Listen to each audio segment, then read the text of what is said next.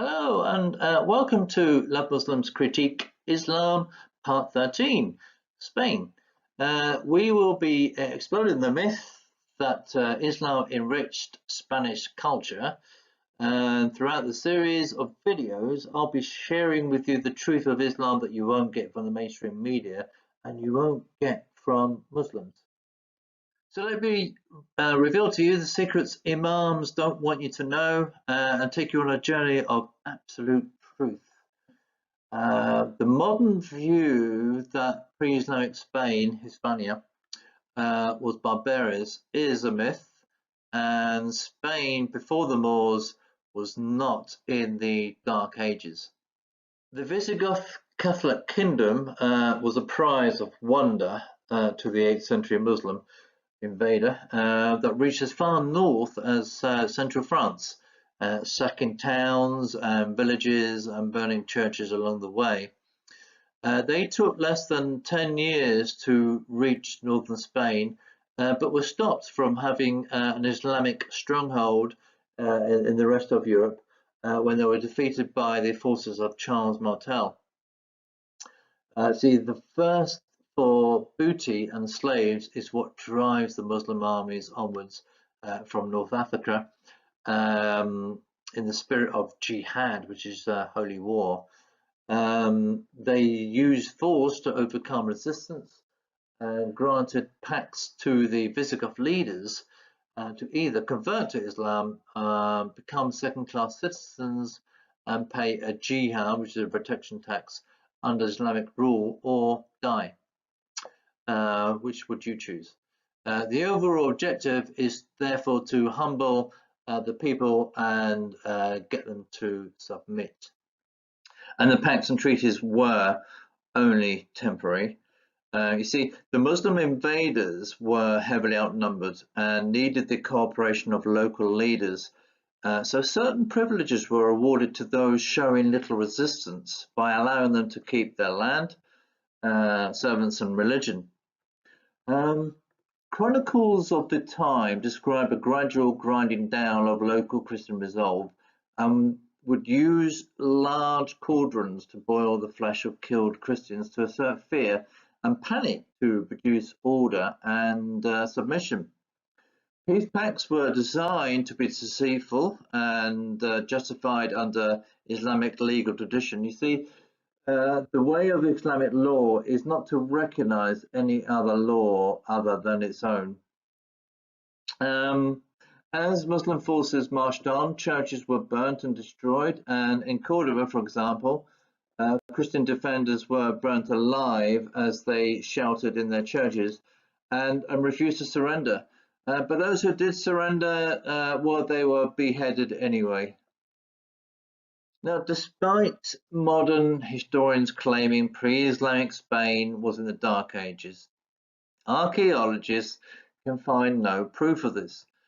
Visigoth culture of the 5th century was more enriched compared to that of the invading Arabs of the 8th century. Now, medieval Muslim historians describe the astonishment of the invading armies at the splendor of Toledo, Seville, Cordoba, Merida, and other cities. And chronicles describe precious jewels of great workmanship and quantity, literature and philosophy and works of art.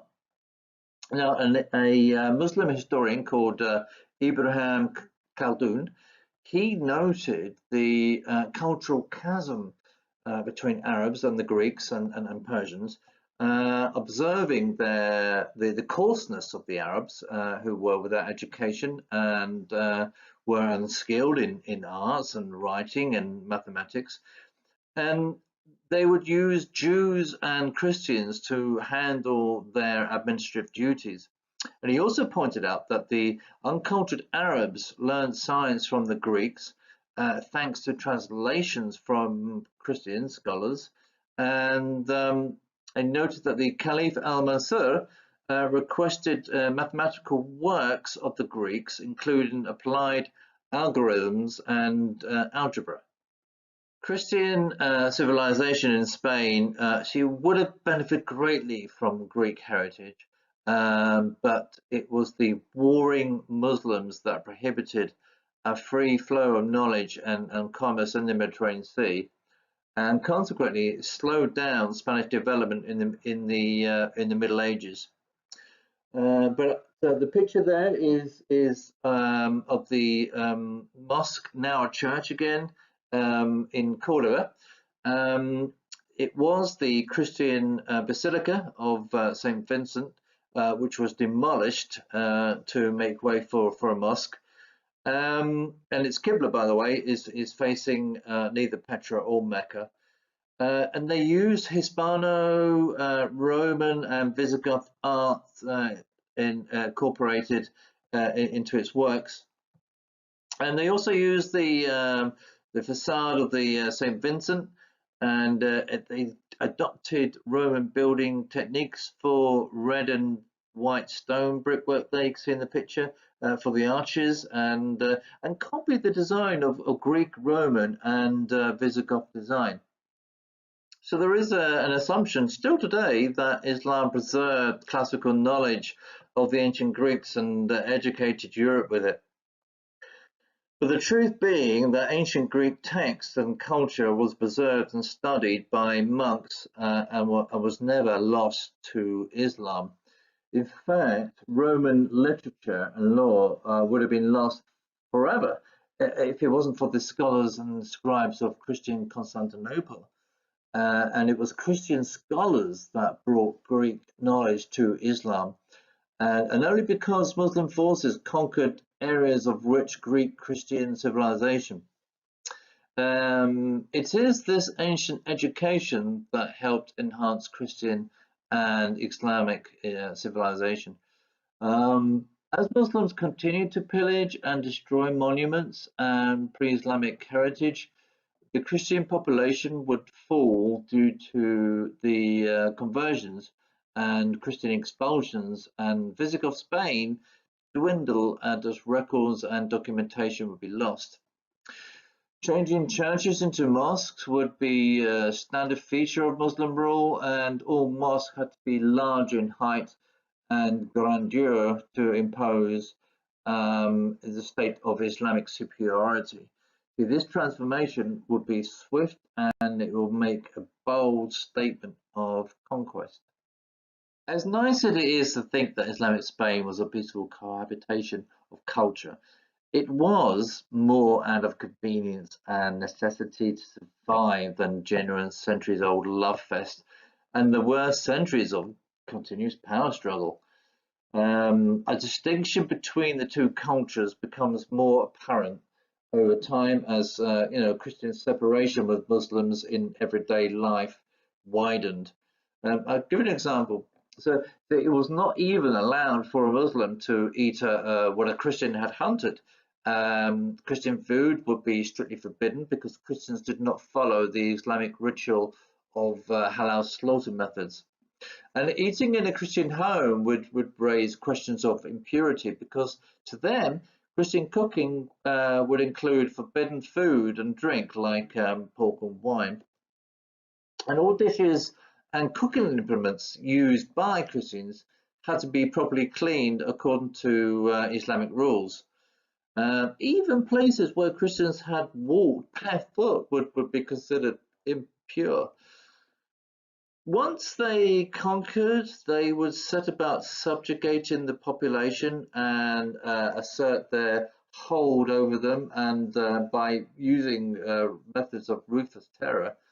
There were many examples of barbaric treatment of Christian infidels by their Muslim rulers. Well, for example, mass decapitations and crucifixions were, well, just commonplace, really, for anyone challenging Islam. But by comparison, Spanish Christians, they never crucified their enemies, and crucifixions were stopped being a punishment in Western Europe as Christianity spread across that region. See, Islam is not tolerant of other religions, and it sees all other beliefs as inferior. The Muslim conquerors would ruthlessly terrorize their subjects, as I said, and give them just three options to convert or become dhimmi, which is a second-class citizen, or die.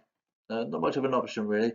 Though many Christians enjoyed elite, privileged administrative positions, the majority did not, and consequently suffered. They would not be treated well and will be humiliated and forced to pay their protection tax. Muslims could celebrate their religion in public, but not a Christian, and they must always be discreet. So there was no religious autonomy for Christians.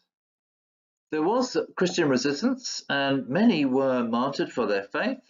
So for telling the truth about their faith, they had to deny Muhammad as a true prophet, and therefore falling foul of the Islamic blasphemy law, the penalty of which is death. You see, they would make new intimidating laws to make life hard in general for Christians, with a very clear message of, look, we are in charge of you. And there was no such thing as multiculturalism, and Muslims, Jews, and Christians lived a precarious coexistence. Muhammad, one of the officers of Abdul al-Rahman III, not the Muhammad, he chose the 100 most important barbarians, that's the Christians, and sent them to Alcazar of Cordoba, where they arrived March the 2nd, 939.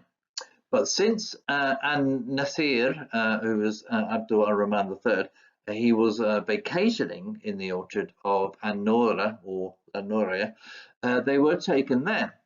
Their marching coinciding with people exiting from the Al-Jama or Al-Yama Mosque of Cordoba, and upon the conclusion of Friday prayer, so that many gathered and followed to see what end the prisoners would have.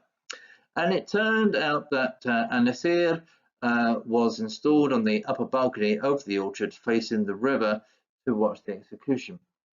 All the prisoners, one by one, were decapitated in his presence and under his eyes, in plain sight of the people, whose feelings against the infidels are alleviated, and they showered their blessings on the caliph.